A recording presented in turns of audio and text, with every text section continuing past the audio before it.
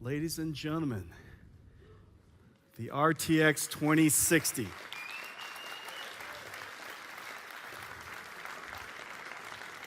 Incredible. That GPU, that entire demonstration was being run on this GPU here, the RTX 2060, the long-awaited RTX 2060. It is here.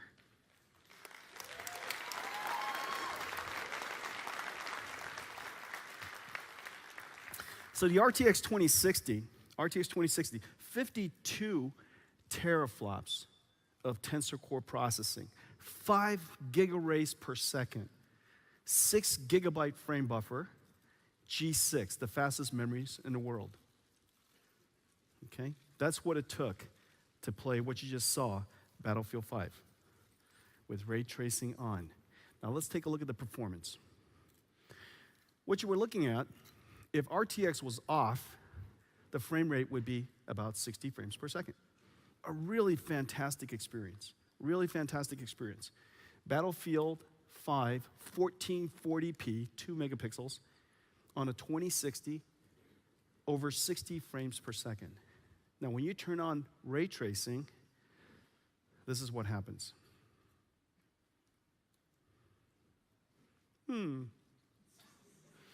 And for many, they were somewhat disappointed by that, even though it was so much more beautiful. And so, as you know, we've been thinking about this for quite some time. And we know that ray tracing is computationally intensive, and it's going to continue to be computationally intensive, and that's the reason why we added the right proportioning between ray tracing cores, RT cores, and tensor cores, so that we could apply DLSS to this, and as a result,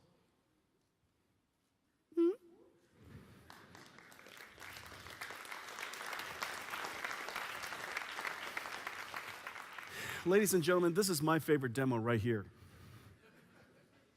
Whoop. That's my favorite demo. That is good technology. How do they do that? Just like that, DLSS.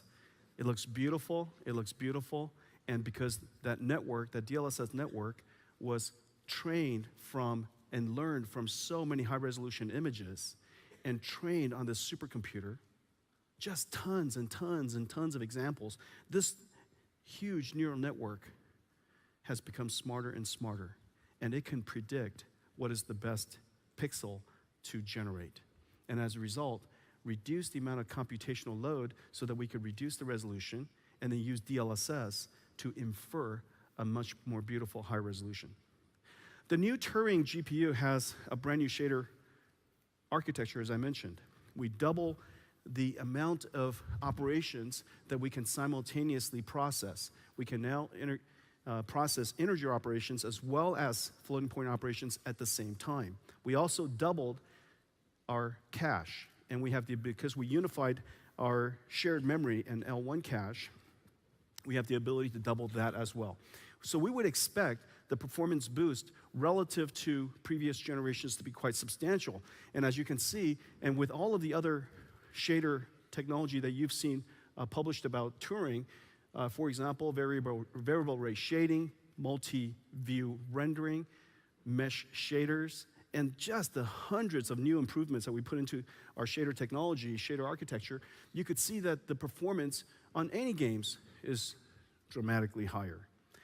But what's really interesting is this, and we would expect this. As games become more and more complex, as their shaders become more and more complex, we would see a trend line of Turing over Pascal to continue to advance. And the reason for that is these shader programs are getting larger and larger and larger. And it has the ability to perform up to almost 2x on Wolfenstein 2, which takes advantage of variable rate shading that we have in our GPU. I'm pretty excited about Doom Eternal coming out this year using the same engine. And so I think that I think Turing turned out pretty well. What do you guys think?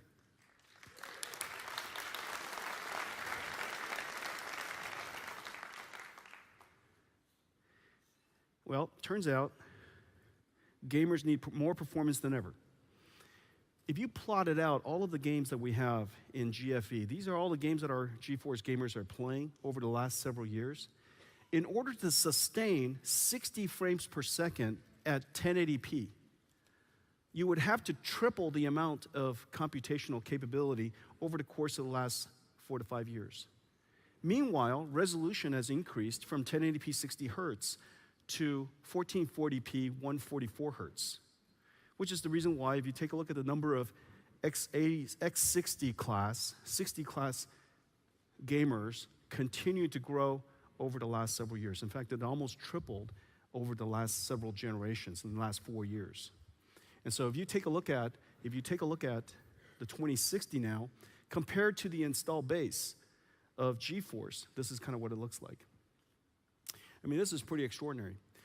A RTX 2060 is higher performance than a 1070 Ti. A 2060 is higher performance than a 1070 Ti. And if you take a look at the rest of the installed base, I took the 3 most popular GPUs, the 960, 970, and the 1060, which are in abundance in our installed base. It represents about a third of our installed base. The step up is really quite extraordinary. And so 2060, higher performance than a 1070 Ti, which is in the market for about $449, $450, and about a third of our installed base opts for the X60 class and above. The 2060 was really created to bring all of those installed base to next generation. 2060, really fantastic performance. Ladies and gentlemen, I am delighted to tell you that the 2060 is available for $349.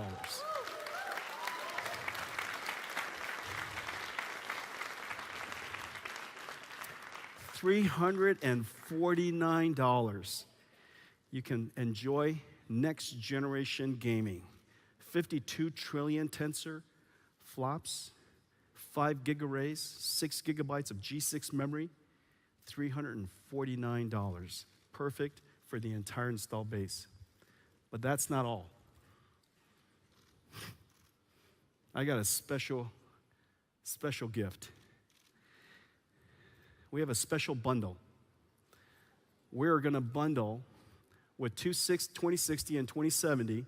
You get either Anthem or Battlefield 5. So you can enjoy DLSS or DLSS and ray tracing on Battlefield 5. And with 2080 and Ti, you get Anthem and Battlefield 5. Incredible value.